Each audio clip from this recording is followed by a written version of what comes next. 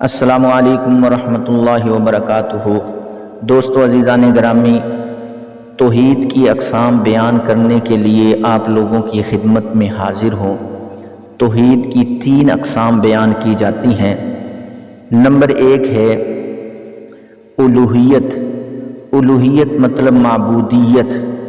معبودیت معبود جس کی عبادت کی جائے۔ ہم نے اپنے عقیدہ توحید کے اندر یہ ایمان اور یقین رکھنا ہے اور یہ اپنا عقیدہ بنانا ہے کہ ہمارا معبود جو ہے وہ اللہ ہے، قل هو اللہ احد، اور وہ اللہ ایک ہے، بے نیاز ہے، لم یلد ولم یولد ولم یکن لہ کفوا احد، نہ وہ کسی سے جنا ہے نہ اس نے کوئی جنا ہے اور اس کے ٹکر کا اس جہان میں کوئی نہیں ہے۔ بے نیاز ذات ہے، نہ اس کی کوئی اولاد ہے نہ وہ کسی کی اولاد ہے، نہ اس کا کوئی بیٹا ہے نہ وہ کسی کا بیٹا ہے، وہ تنہا اکیلا ہے اور پوری قوتوں اور طاقتوں کا مالک ہے، قدرتوں کا مالک ہے۔ پوری کائنات کے اندر جتنی بھی چیزیں ہیں کوئی بھی اس کے علم سے باہر نہیں ہے۔ ریت کے ٹیلوں کا کتنا وزن ہے، ان ٹیلوں کے اندر کتنے ذرات ہیں، سب اس کے علم میں ہے۔ درخت ہیں، درخت کے اوپر کتنے پتے ہیں، کتنے لگے ہوئے ہیں، کتنے جھڑ چکے ہیں، سب اس کے علم میں ہے۔ وہ لامحدود طاقتوں کا مالک ہے۔ عقیدہ یہ رکھنا ہے کہ وہ اکیلا ہی اس کائنات کا بادشاہ ہے، اکیلا ہے، کوئی دوسرا اس کے ساتھ کوئی خدا نہیں ہے، کوئی اس کا پارٹنر نہیں ہے جو اس کے ساتھ مل کر اس جہان کو چلاتا ہو۔ اکیلا جو ہے اس چیز پر قادر ہے، قدرت رکھنے والا ہے، پوری کائنات کو اس نے لگام دی ہوئی ہے، پوری کائنات کا ذرہ ذرہ اس کے علم کے احاطے میں ہے۔ اور دوسرا عقیدہ الوہیت کے اندر یہ بات بھی ہے کہ ہم اس اللہ کو، اس معبود برحق کو اس لائق سمجھتے ہیں کہ ہم اس کی عبادت کریں۔ ایاک نعبد و ایاک نستعین، خاص اے اللہ تیری ہی ہم عبادت کرتے ہیں اور تجھ ہی سے مدد مانگتے ہیں۔ ہم اس لائق سمجھیں اللہ کی ذات کو کہ وہ ہمارے سجدوں کے لائق ذات ہے، ہماری عبادت کے، ہماری پوجا کے لائق ذات جو ہے وہ اللہ ہے۔ اسی کے لیے ہم نماز پڑھتے ہیں، اسی کے لیے روزہ رکھتے ہیں، اسی کے لیے حج کرتے ہیں، اسی کے لیے کوئی صدقہ خیرات کرتے ہیں، اسی کے لیے ہماری طاقتیں جو ہیں اس کے سامنے عاجز ہیں۔ یہ عقیدہ الوہیت ہم نے رکھنا ہے۔ یہ عقیدہ الوہیت ہے کہ اللہ اپنی ذات میں یکتا ہے، واحد ہے۔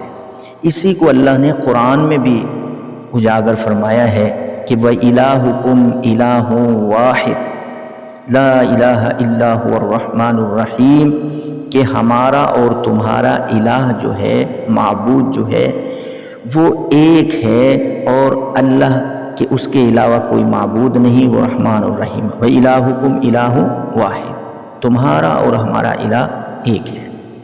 یہ عقیدہ الوہیت ہے کہ اپنی عبادت کے لیے اس کو ہم لائق سمجھیں، وہی ہماری عبادت کے لائق ہے، اسی کی بندگی کی جائے، اسی کی عبادت کی جائے، اسی کی پوجا کی جائے، اور وہ اکیلا ہے پوری کائنات کو چلانے والا۔ یہ عقیدہ الوہیت ہے۔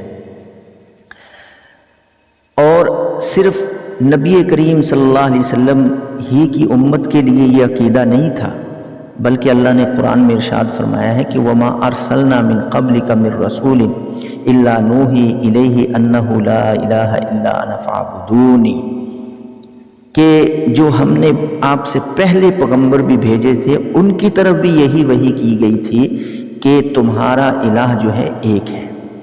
ہاں جی، لا الہ الا، کوئی اس کے علاوہ معبود نہیں ہے، انا فاعبدونی، اور تم میری عبادت کرو، ان کی طرف بھی یہی وحی کی گئی تھی۔ چنانچہ سارے پیغمبروں کا عقیدہ بھی یہی تھا کہ ہمارا الہ ایک ہے اور وہ اللہ ہے، اسی کی بندگی کرنی چاہیے، اسی کی عبادت کرنی چاہیے۔ یہ عقیدہ الوہیت ہے۔ عقیدہ توحید کی پہلی قسم الوہیت۔ اور دوسری قسم ہے ربوبیت۔ ربوبیت کس کو کہتے ہیں؟ ربوبیت رب کہتے ہیں پالنے والے کو۔ پالنے کا مطلب کیا ہوتا ہے؟ ایک تو ہم سمجھتے ہیں نا کہ جس طرح باپ باہر سے محنت کر کے بچہ پال لیتا ہے، ماں جو ہے اس کو فیڈر اور جو ہے اس کو خوراک مہیا کرتی ہے، اس کو پالنا کہتے ہیں۔ یا جو ہے مثلا ایک پودا ہوتا ہے، اس کو ذمہ دار جو ہے وہ پلانٹ کرتا ہے، پھر اس کو پانی دیتا ہے، کھاد بیج ڈال کر پانی دیتا ہے، پھر جو ہے اس کی گروتھ ہوتی ہے، وہ بڑا ہو جاتا ہے، یہ پالنا ہوا۔ ایک ہے پالنا جو اللہ پالتا ہے، ہمارے اور کائنات کے اندر جتنی بھی چیزیں ان کو اللہ پال رہا ہے۔ کیا مطلب ہے اس کا؟ مطلب ہے کہ ہمارے اوپر جو حوادثات آتے ہیں، ہماری گروتھ کرتے ہوئے، ہماری پرورش کرتے ہوئے، ہماری زندگی کا نظام چلتے ہوئے ہمارے اوپر جو حوادثات آتے ہیں، ان سب کو حوادثات کو پیدا کرنے والا اللہ ہے۔ وہ ذرائع جو ہماری پرورش میں ہمارے کام آتے ہیں، مثلا جس طرح ہوا ہے، ہوا کے ذریعے ہم زندہ ہیں، پانی کے ذریعے ہم زندہ ہیں، یا ہمارے اوپر جو پریشانیاں آتی ہیں، مصیبتیں آتی ہیں، دکھ آتے ہیں، تکلیفیں آتی ہیں، جب ہم مریض ہو جاتے ہیں، بیمار ہو جاتے ہیں، بھوک لگتی ہے، پیاس لگتی ہے، کھانے کی ضرورت پڑتی ہے، پینے کی ضرورت پڑتی ہے، یہ سب چیزیں پرورش کے لیے کام آنے والی ہیں۔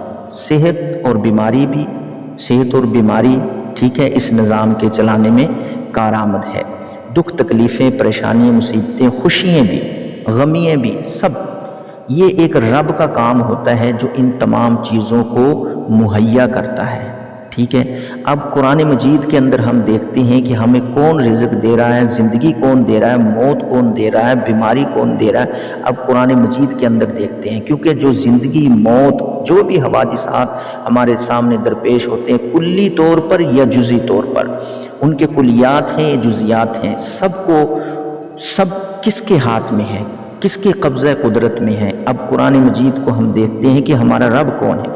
اللہ فرماتا ہے هو الذی خلقکم ثم رزقکم۔ جیسے میں نے کہا نا کہ ان تمام چیزوں کا، صحت کا، بیماری کا، تندرستی کا، اور کامیابی کا، ناکامی کا، موت کا، زندگی کا، اور کھانا کھلانا، پانی، ان سب کے بندوبست کرنے والے کو رب کہتے ہیں، یہ ربوبیت ہوتی ہے۔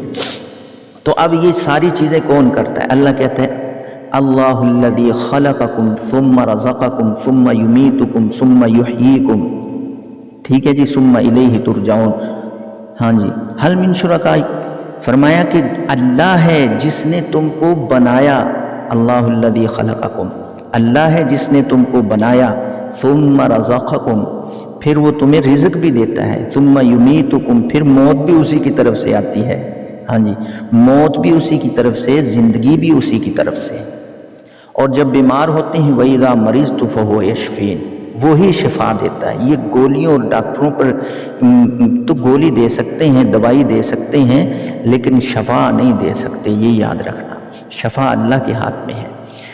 اور جو کھانا کھلانا ہے وَمَا مِن دَابَّةٍ فِي الْأَرْضِ إِلَّا عَلَى اللَّهِ رِزْقُهَا، زمین پر کوئی چرواہا ایسا نہیں ہے جس کی رزق کی ذمہ داری اللہ کی ذات پر نہ ہو۔ ہاں جی، وہ شیر کو کس طرح کھلانا ہے اس کو پتہ ہے، اور وہ کھلا رہا ہے۔ جب تک شیر کو اس کو کھلانے کی حکمت اللہ کی ہے، وہ اس کو کھلائے گا۔ مچھلی کو کس طرح وہ کھلاتا ہے اس کو پتہ ہے، وہ کھلا رہا ہے۔ انسانوں کو کس طرح کھلاتا ہے اس کو پتہ ہے، وہ کھلا رہا ہے، اپنی ڈیوٹی نبھا رہا ہے۔ اور یہی چیز نبی کریم صلی اللہ علیہ وسلم کی دعاؤں میں بھی تھی کہ کھانا کھانے کے بعد کی جو دعا پڑھتے الحمدللہ الذی اطعمنا وسقانا، تمام تعریفیں اس کے لیے جو ہمیں کھلاتا ہے اور ہمیں پلاتا ہے۔ یعنی کھلانا اور پلانا بھی اللہ کے ہاتھ میں۔ یہ رب، الوہیت اور ربوبیت، توحید کی دوسری قسم ہے۔ توحید ایک ایسی چیز ہے کہ اس کے بغیر انسان مسلمان ہی نہیں ہے۔ یہ تینوں قسموں پر ہمیں ایمان لانا ضروری ہے۔ الوہیت، اللہ کو ایک سمجھنا، ربوبیت، جو بھی حوادثات ہماری زندگی میں آ رہے ہیں، چاہے خوشی کے ہوں چاہے غمی کے ہوں، چاہے دکھ تکلیف پریشانی کے ہوں یا خوشحالی کے ہوں، ٹھیک ہے، یہ سب اللہ کی طرف سے ہے۔ یہ سب چیزیں کرنے والے کو رب کہتے ہیں، اور ہمارا رب ہے اللہ۔ اور تیسری چیز جو ہے توحید کی اقسام میں سے تیسری قسم جو ہے وہ اسماء اور صفات ہے۔ اسماء اور صفات کا کیا مطلب ہے؟ یعنی اللہ کے جو اسم ہیں، اللہ کے جو نام ہیں، ان ناموں کے اندر جو صفات ہیں، ٹھیک ہے، ان ناموں کے اندر جو صفات ہیں، ان ناموں کے اندر جو اللہ کی صفتیں خالق، مالک، رازق، وہ اپنی تمام صفات میں کامل ہے، ایسے تکے سے ہی نہیں ہے۔ جس طرح ہماری دنیا داری کے اندر جو ہے ہم کسی کا نام وکیل رکھ دیتے ہیں، حالانکہ وکیل تو ایک عہدہ ہے، وہ وکیل تو نہیں ہوتا، ویسے نام رکھ دیا۔ اللہ کا جو نام ہے نا، اس صفات کے مطابق اللہ اس صفات میں کامل اور مکمل ہے۔ اللہ کا نام ہے نا خالق، پیدا کرنے والا، بنانے والا اس جہاں کو، بدیع السماوات والارض، اثر نو، بغیر نقشے کی چیزوں کو بنایا، تو وہ اپنی صفات میں کامل ہے۔ مالک ہے تو مالک یوم الدین، وہ دنیا اور آخرت کا مالک ہے، قیامت کے دن کا مالک ہے، رب العالمین، دونوں جہاں کا رب ہے۔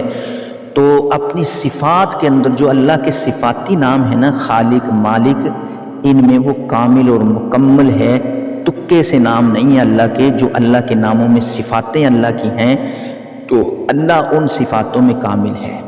یہ عقیدہ اور ایمان رکھنا، تین چیزیں ہیں، ایک الوہیت، اللہ کی وحدانیت، اللہ کو ایک ماننا اور اسی کو عبادت کے لائق سمجھنا، دوسرا ربوبیت، ہماری زندگی میں جو بھی حالات آ رہے ہیں، ہماری پرورش ہو رہی ہے جس طرح بھی، وہ اللہ کر رہا ہے، اور تیسری وہ اپنی صفاتوں میں، اپنے علم میں کامل اور مکمل ہے۔ اللہ عمل کی توفیق عطا فرمائے۔